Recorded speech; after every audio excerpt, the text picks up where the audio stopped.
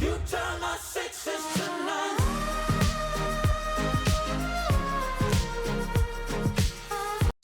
What's up, YouTube, and welcome to a quick review of the Season 7 patch notes that were just released this morning. I'm doing this on my lunch break, so bear with me. We're going to whip through this real quick. We're not going to touch on anything that I tested yesterday during the PTR. This is going to be focused on the new information in these patch notes. So basically, all of this stuff, old news. The only thing important here right now is the fief raids on this section of the notes and the favor system.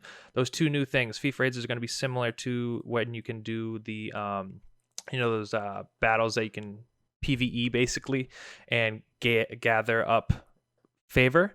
That's what you're going to use those for in order to boost your favor system. The favor system is further down. All this information is going to be in my next video, which is going to be going over the PTR testing that we did yesterday, which was a 9-hour stream, so I got to get through all that material for you guys. Pretty much season starts on March 18th. It ends on June 13th, and then you have 2 weeks downtime, so you can use all your rewards and stuff like that by the 27th. This is all basic information that they gave us yesterday. The rune system, I will have a video on that shortly, as well as the avatar system. It's pretty cool. Some of these avatars, you have to get certain kills with different hero classes in order to unlock them. Like the dual blade one is like, I think 1600 hero kills, which a lot of people as dual blades already have, but it's kind of cool that they add that for new players. I'm not sure if it transitions all the way over into what you currently have. This may be you have to do that amount of kills starting now going forward, which is kind of cool. Different avatars, yeah, yada yada yada. Seasonal, basically all you need to know is there's 12 weeks. The rewards / the requirements are pretty much the same in the previous seasons. These epic quest lines will help give you favor. You need to hit certain points of favor. We couldn't show this yesterday during the PTR, so it's pretty good that you can see them now. So the biggest thing for me is the legendary artillery box. Maybe you can pick just maybe you can pick a bombarder in there. I doubt it, but at least you can get war rockets, which is really good. And then also the epic schematic crate. The other things are cool. Odin's attire, it's cool. It does this passive. If you sit still for long enough, you blow a horn. It's kind of cool. But other than that, I don't really care too much about cosmetics. Viewing these patch notes from a standpoint of territory wars and slightly ranked battles. A lot of these things are ease of life things for sieges. A lot of the buffs are nice. This is how you can get the favor. The new battle, siege battle, which is 15 on 15. You can get favor by doing that. Epic season quest, which you already saw above. Thane's daily quest, there'll be someone on your map called a Thane. You go over, he'll give you a daily quest. The fief raids, which we talked about, and then you can pay tribute just like the lion system where you donate maximum of 6 times per week and you get rewards based on that. Good thing is that they're also adding plundering, so in the open world or during matchmaking and stuff like that, you'll have a chance of getting gold armlets, silver armlets, bronze armlets, all that fun stuff, and that'll allow you to donate or help your donations during the favor process. Battle pass system, pretty straightforward here. Blades, guys, biggest advice right now is that you have approximately 11 hours to transfer all of your blades all of your hero tokens into blades. Make sure you do that today. Do it now if you have to. And if you've purchased all the other things, make sure you transferred all the blades. That is the currency going forward. Hero attires for season 3, they come back. They're now blue instead of yellow.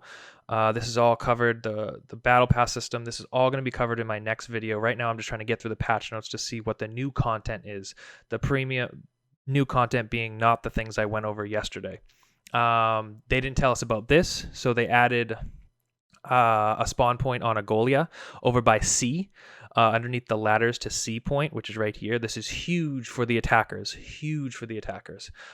This is great because if you end up pushing A and you're having trouble, or you take B and you're having trouble taking C and D, this will help a lot because you find yourself running all the way back to your supply, or just myself, I just go off and die and then I respawn with a unit. So this will help out a lot. Sun City, the terrain, this is difficult to defenders. Okay, cool. Sun City adjustments. Tutorial maps, I'm not going to really touch on this. It's tutorial maps. I don't really care too much. New player stuff, sure. Miscellaneous maps, resolved an issue. Okay, optimization. New player optimization. This is great for the new players that are coming into the system. You can review this if you are a new player, but I'm touching on this video quickly during my lunch break, like I said, so I can go over what I want to see or how it affects my gameplay on a Heavenly Kingdom TWS level of end game content, which is mostly Territory Wars and Ranked. All right, we got some Warlord balancing. This is all new information. I'm not really sure about this. Base health of all weapons increased by 2,500. There's health on them. I didn't know that. Maybe I never pay attention to that, but that's weird. So maybe we all got 2,500 health. Oh, cool. Spear. They did some changes to this skill. They also added a rune about this skill, so maybe you'll see spears using this skill now. Overhead strike and dragon's roar changes from defenses to armor pen. Okay, that's cool. That's a good change. Bow got a nerf, and let me specify, a nerf is a reduction in the skill of the class, as in the damage it does, the ability to perform of that class. That's what I refer to as a nerf. A nerf isn't like, the class is useless. I'm just saying it's a nerf as in it's lowered. So bow nerf, short bow nerf, poleaxe buff on top of the runes. This is a huge freaking buff. Poleaxe I actually might play. Longsword I might play more. They got a buff. All these wonderful things here. I'm not going to touch on it because I don't really play longsword right now, but it is a buff. So if you do play longsword, be sure to pay attention to this. Spear nerf. They got nerfed. But like I said, a nerf, lower in the ability of spear. That's what I refer to as a nerf. Short sword.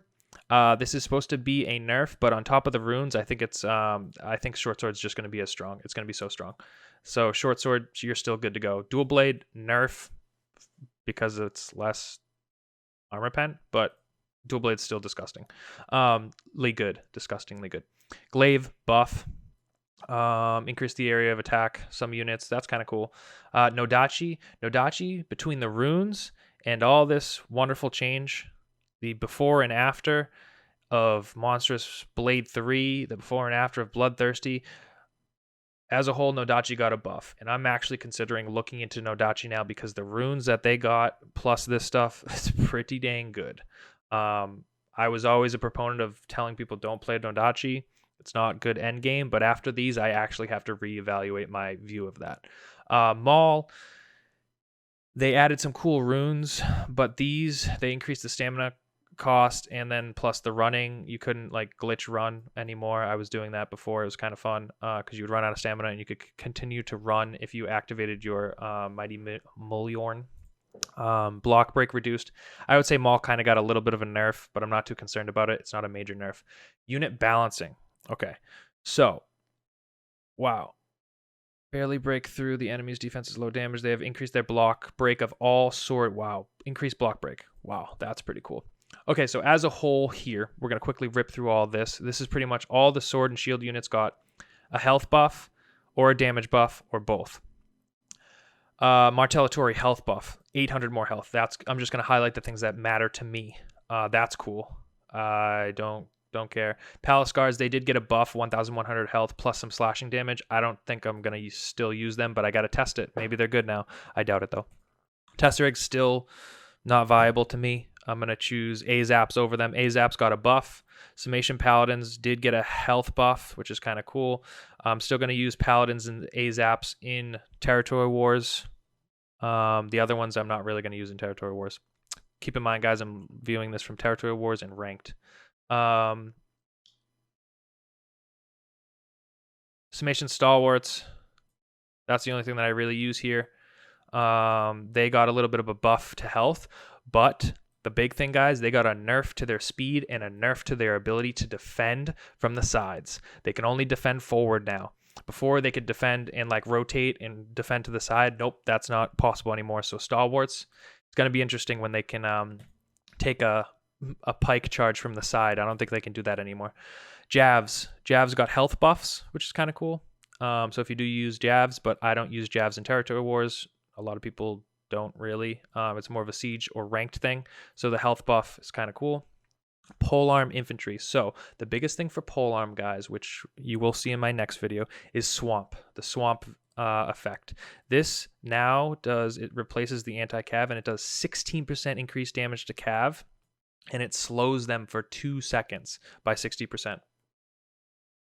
So this is great in theory, and I think it's going to be very helpful in sieges and in territory wars when it comes to pike doing more damage, but it's not going to stop the initial charge of a hussar or a liao. They're still going to just rip through your unit. So do not rely on this to solve that problem. This is only going to make it easier for after the charge, after they take that initial blow. Keep in mind, 40s, they can't charge through. Imp walk, ideally they can't charge through. It'll stop them, but then sometimes there's some glitch and they do go through. But as a whole, I approve of this change. It's great, but it's still not going to solve the issue of liaos. Liao's still dominant cav. No real, besides 40s braced around a corner, no real threat to liaos exist right now. Organized threats, yes, but one-on-one threats, no. Liaos can still shred a point if you're not properly set up. All this buff to health and piercing pen, that's huge. Like pike militia, awesome for sieges. This is all, like I said, guys, I'm just reviewing it from a territory wars. A lot of these units I don't even use. But Imperial Pike Guards, that's huge in the sense that it's helpful. Hopefully it'll, survivability and some damage. Cool. 40s, damage, even though they already shred a lot of things, plus health. I'm down. I approve. Reapers, you got a health buff of 1,000. That's pretty cool. And pen buff of about 300, less than that, 260. So that's kind of cool. I still don't see me pulling Reapers out unless I'm attacking. No, I'm not pulling them out. I'd rather Silidars on the walls over Reapers. Silidars are still the dominating force. But the thing is, what you have to realize is from territory wars, you're taking 3 purple units most of the time, and bringing a gold tier unit is going to fuck with that.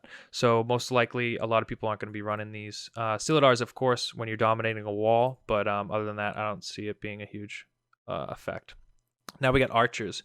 So archers as a whole have received an accuracy buff for faraway targets and the values of unit attributes details. Okay, so basically they all got buffed with piercing damage and armor pen, and some got leadership reduction. I'm still not going to use a lot of these units outside of outside of sieges, so I'm not going to use them in territory wars or in ranked. Maybe in ranked situational. We'll see what maps are in that. That's completely dependent on the map. But Imperial Archers, still not viable for territory wars. I don't see them. Maybe with the Arrow Rain, Epic Doctrine, I got to kind of look into that a little bit. Namcans, same.